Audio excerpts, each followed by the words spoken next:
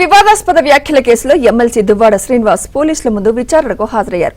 2025 ఫిబ్రవరిలో deputy CM Pawan పై అనుచిత వ్యాఖ్యలు చేసిన దువ్వాడ శ్రీనివాస్ పై జనసేన నేతలు ఫిర్యాదు చేయడంతో అప్పట్లో కేసు నమోదైంది. దీంతో కొత్తూరు పోలీస్ స్టేషన్లో దువ్వాడ శ్రీనివాస్ విచారణకు హాజరయ్యారు.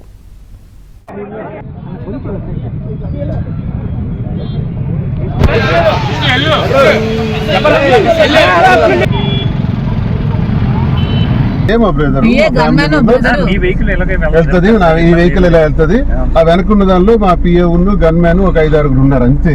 10 మందికి కూడా ఎలా చేయరా? 10 మందికి చెప్పండి. వివాదాస్పద వ్యాఖ్యల కేసులో ఎమ్మెల్సీ దువ్వాడ శ్రీనివాస్ పోలీసుల ముందు విచారణకు హాజరయ్యారు. 2025 ఫిబ్రవరిలో డిప్యూటీ సీఎం పవన్ పై అనుచిత వ్యాఖ్యలు చేసిన దువ్వాడ శ్రీనివాస్ పై జనసేన నేతలు ఫిర్యాదు చేయడంతో అప్పట్లో కేసు నమోదైంది. దీంతో కొత్తూరు పోలీస్ స్టేషన్లో దువ్వాడ శ్రీనివాస్ విచారణకు హాజరయ్యారు.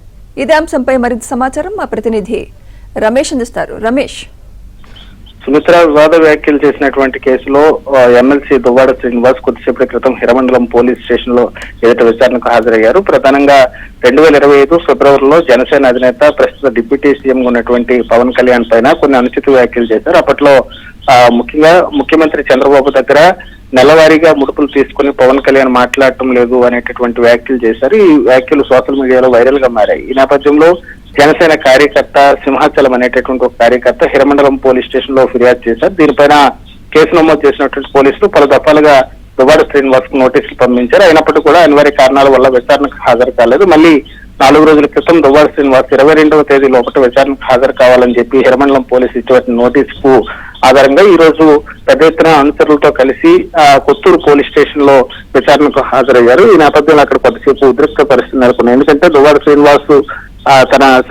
తన ప్రేయస్ అయినటువంటి మాధురితో కలిసి దాదాపుగా 200 మంది అనుచరులను వేసుకుని పోలీస్ స్టేషన్ కు వెళ్లారు. ప్రస్తుతం 4 గంటలు అంటే 11 గంటల నుంచి ప్రస్తుతం ఇంకా విచారణ కొనసాగుతోంది. అయితే ఇదే నేపథ్యం దువ్వాడ శ్రీనివాస్ ను ఇమీడియట్ గా విడుదల చేయాలనేటటువంటి నెపంతో మాధురి ప్రస్తుతం అక్కడ ధర్నా చేసేందుకు అనుచరులతో సమాయత్తమవుతున్నటువంటి పరిస్థితి. ఇదే నేపథ్యంలో పెద్ద ఎత్తున పోలీసులు కూడా పోలీస్ స్టేషన్ దగ్గర మోహరించారు. ముఖ్యంగా జనసేన కార్యకర్తలు ఇచ్చినటువంటి ఫిర్యాదు మేరకు 4 సెక్షన్ల కింద దువ్వాడ శ్రీనివాస్ పైన అప్పట్లో కేసు నమోదైంది. ఇదే నేపథ్యంలో ఈ రోజు విచారణ జరుగుతున్నటువంటి పరిస్థితి కనబడుతోంది. Right, thank you Ramesh. బయట ఉన్నాం కదా.